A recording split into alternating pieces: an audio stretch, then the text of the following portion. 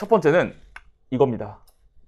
A라는 문장과 그 다음에 이어지는 B라는 문장이 있으면 이 두 문장이 어떻게 연결되는지를 판단하는 능력이에요. 쉽게 말해서 논리적으로 굉장히 단단하게 잘 연결되어 있다. 혹은 아니다, 이건 정말 연결되기 어렵다. 혹은 명시적인 시그널 없이 그냥 이야기가 바뀌고 있다. 이 정도로 판단하는 능력.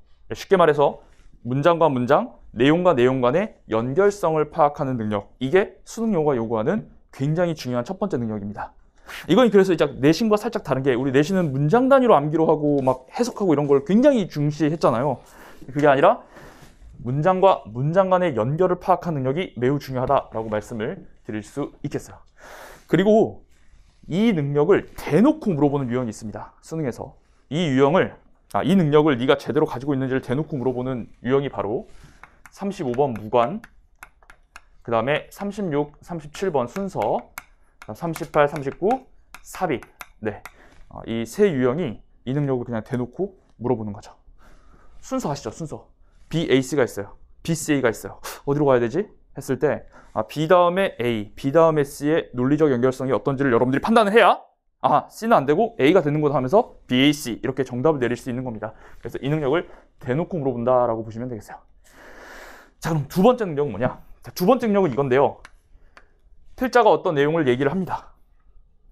근데 국어든 영어든 이 지문이라는 건 결국 필자가 어떤 메시지를 전달하기 위해서 쓴 거 아니겠습니까? 그렇죠? 심심해서 쓴 건 아닐 거고 뭔가 전달하고자 하는 바가 있으니까 쓴 거예요. 근데 그 전달하고자 하는 바를 가장 잘 전달할 수 있는 방법 중에 하나가 뭐냐면 바로 반복입니다.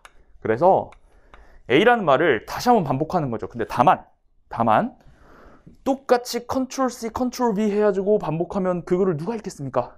너무나도 단조로운 글이 될 거기 때문에 표현을 달리하면서 이렇게 반복을 해나가요. 다시 어떤 표현과 형식을 바꿔가면서 같은 말을 이어나가는데 이게 이거랑 같은 말이고 이게 이거랑 같은 말이다 라는 거를 파악할 수 있는 능력, 이게 수능 영어가 요구하는 두 번째 능력이다 라고 여러분들 보시면 되겠습니다. 쉽게 말해서 이거 읽어보니까 결국 같은 말이네 라고 여러분들이 이해하고 깨닫는 거, 이게 굉장히 중요해요.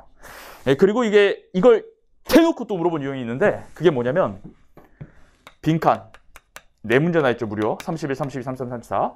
그 다음에 함축 21번 밑줄 친 부분의 의미, 그 다음에 40번 요약. 이게 결국 같은 말임을 물어보는 겁니다. 여러분 학교 선생님이 이런 말하는 거 한 번쯤 들었을 겁니다. 지문 속에 빈칸은 답이 있다 얘들아. 들어봤어요? 그게 뭐냐면 결국 빈칸에 들어갈 말 지문에 있다는 건데 그 지문에 있는 거 찾은 다음에 선택지에서 같은 말 고르라는 거예요. 그렇기 때문에 이 결국 같은 말임을 파악할 수 있는 능력을 대놓고 물어보는 것이다 라고 이해를 해주시면 되겠습니다. 됐나요? 자, 그리고 마지막 세 번째 C에 해당하는 게 뭐냐면 필자가 부정하는 거에 X하고 필자가 긍정하는 거에 동그라미 하는 능력. 이건 좀 쉽게 말해서 제가 줄임말로 만들어 봤는데요. 필자가 부정하는 거에 X하고 필자가 긍정하는 거에 동그라미 하는 능력을 뜻합니다. 이거는 생각해보면 너무나도 나중에 의사소통할 때 중요한 게, 나중에 우리 직장에 갔는데 영수님 이거 해주세요 라고 긍정 강조한 내용을 내가 안 하고 있다거나, 영수님 이건 하시면 안 돼요 했는데 막 그거 하고 있다거나, 그러면은 일상생활이 붕괴되겠죠. 사회생활 할 수가 없습니다. 그렇기 때문에 필자가 부정하는 거 정확히 아니라고 알아듣고 필자가 긍정하는 거 정확히 맞다라고 인식하는 거, 이게 매우 중요한 능력이에요.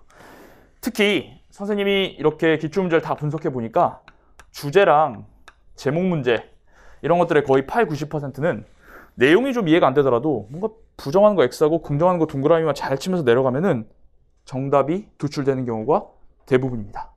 알겠습니까? 네, 다시 정리합시다. 수능 영어가 요구하는 세 가지 능력이 문장과 문장의 연결성을 판단하는 능력, 표현과 형식이 다른 서로 다른 말이 결국 같은 말임을 파악하는 능력, 마지막으로 필자가 부정하는 거에 X하고 필자가 긍정하는 거에 동그라미 하는 능력이다라고 여러분들이 이해를 해주시면 되겠어요. 자, 물론 이 모든 판단의 기저에는 뭐가 있냐면 그렇습니다. 해석 능력이 있죠. 네, 해석. 일단은 텍스트를, 영어를 한글로 이해한다라는 걸 전제로 하고 이 세 가지 능력이 필요하다라고 볼 수가 있겠어요.